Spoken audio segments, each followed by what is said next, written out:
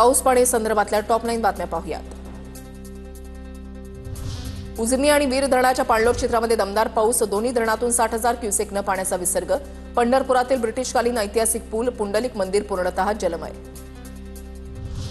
गोंदिया जिल्ह्यामध्ये मुसळधार पाऊस, 364 घरांचं नुकसान तर सालेकसामध्ये घर पडल्याने एक महिला जखमी, हजारो हेक्टर शेती पाण्याखाली। जालना जिल्ह्यामध्ये मुसळधार पाऊस, अंबड तालुक्यामध्ये दुधना नदीला पूर, सततच्या पावसामुळे लहान मोठ्या नद्यांना पूर, तलावही तुडुंब। नागपूर शहरामधील अंबाझरी तलाव ओव्हरफ्लो, शहराच्या मधोमध असलेला अंबाझरी तलाव नागपूरकरांचं आकर्षणाचं केंद्रबिंदू। विदर्भ, मध्य महाराष्ट्रासह कोकणामध्ये पावसाचा जोर कायम, भीमा, पंचगंगा, कृष्णा नदीच्या पाणी पातळीमध्ये मोठी वाढ, राज्यामधील धरणांमधील जलसाठा 68%वर।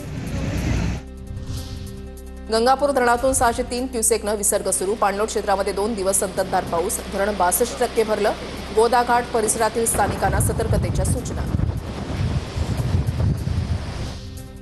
छत्रपती संभाजीनगरमधील जायकवाडी धरणाचा पाणीसाठा 83%वर, मात्र उर्वरित मराठवाड्यामधील प्रकल्प कोरडेच, मध्यम आणि लघु प्रकल्पामध्ये जेमतेम जलसाठा असल्यानं चिंता वाढली। जळगावच्या हतनूर धरणाचे 18 दरवाजे 1 मीटरनं उघडले, हतनूर धरणातून 32,633 क्युसेकनं तापी नदी पात्रामध्ये पाण्याचा विसर्ग, नदीकाठच्या गावांना सतर्कतेचा इशारा।